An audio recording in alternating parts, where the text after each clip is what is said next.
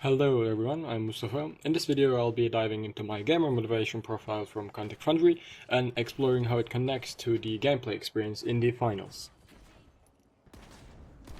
The finals is a fast-paced, team-based first-person shooter where players compete in chaotic, tournament-style matches. What makes the game unique is its fully destructible environments. Players can bring down buildings or reshape the battlefield to their advantage.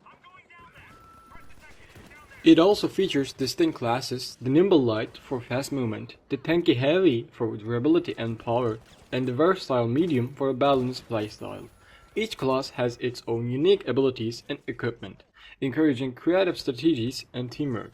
It's all about adapting to the chaos and using the tools at your disposal to outsmart your opponents. Now let's talk about my Quantic gamer type. As you can see, my primary player type is the Architect and my secondary player type is Gladiator. Architects are players who enjoy decision making and progression, often preferring solo play. This aligns with my real life gaming habits. For instance, I enjoy Civilization or Paradox Interactive games, which confirms these aspects of my profile. Gladiators are competitive, hardcore players, and this is actually why I choose the finals. Over the past year, I moved closer to this player type through my experience with this game.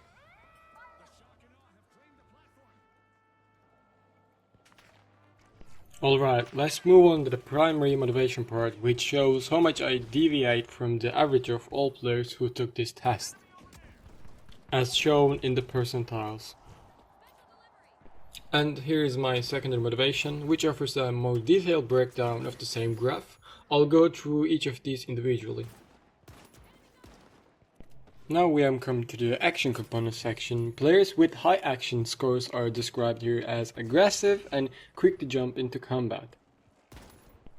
As you can see from the gameplay footage, the finals is an incredibly fast-paced game.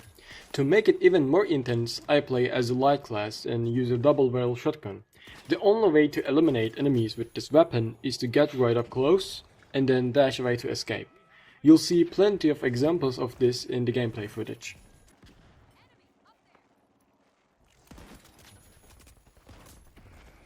As shown here, the game offers various modes. Among these, I mostly prefer Power Shift because with its 5 vs 5 setup, it's far more chaotic and packed with excitement. In this mode, our main objective is to take control of the platform, meaning all the action happens in one concentrated area, creating an even more intense gameplay experience.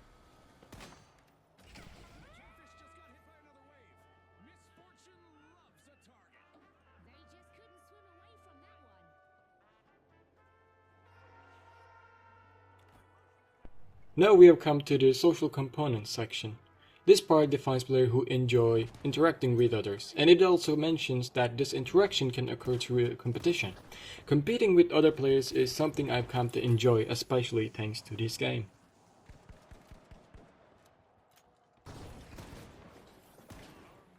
In this example, I can't help but laugh when I see players get frustrated with me and then start to teabagging.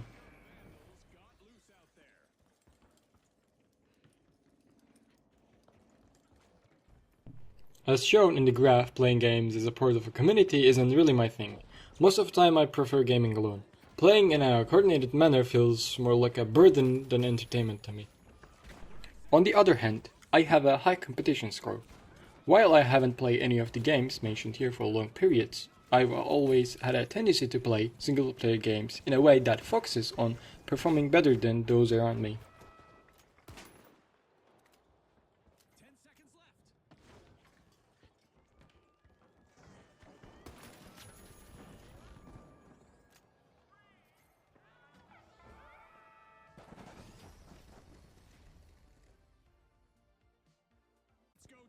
Now we arrived at Mastery, this section where I deviate the most from the other players.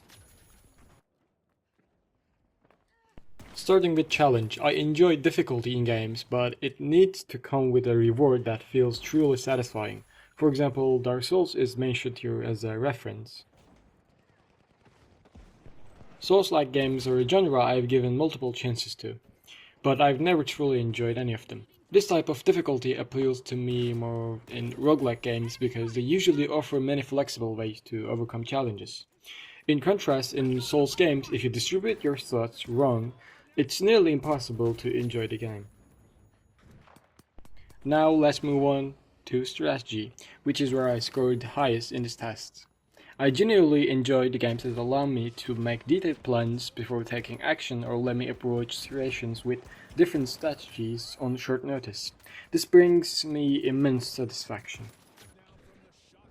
I find the first type of gameplay in strategy games like Civilization and Europa Universalis.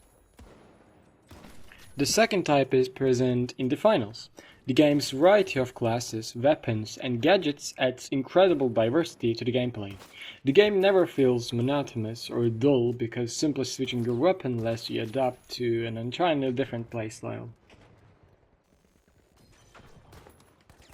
Even though I played the finals for over 500 hours, I've never cared about achievements because it feels pointless to waste my time just to get a notification or a digital badge.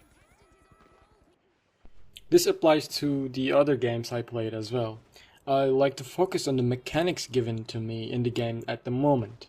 If the game design offers something interesting, I'll look into it more deeply, but I've never done this just for a digital badge. As for power, this is something I've never done, despite my score, because I feel like I'm wasting my time by repeatedly killing the same enemy over and over again. Instead, I prefer progressing through as many different playstyles as possible and overcoming the challenges in the game by combining them in right ways.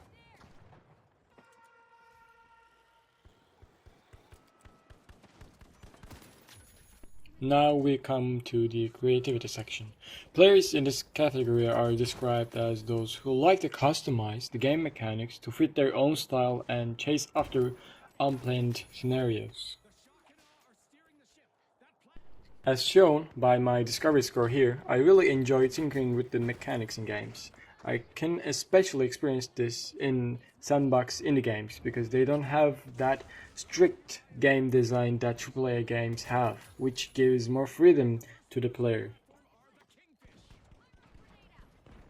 My design score is pretty low, but this doesn't fully reflect the truth because, especially in RPGs, I care a lot about my character's backstory and life. In the finals, even though it's on a basic level, there is character customization, and I really enjoy working on that. I have characters with completely different appearances and weapons and some different combination of gadgets in my 7 contestant slots. I do this because it both helps with gameplay and visually appeals to me. And that wraps up my analysis of gamer motivation profile and how it relates to the finals and the other games. I hope you enjoyed this breakdown and got a better idea of my gaming style.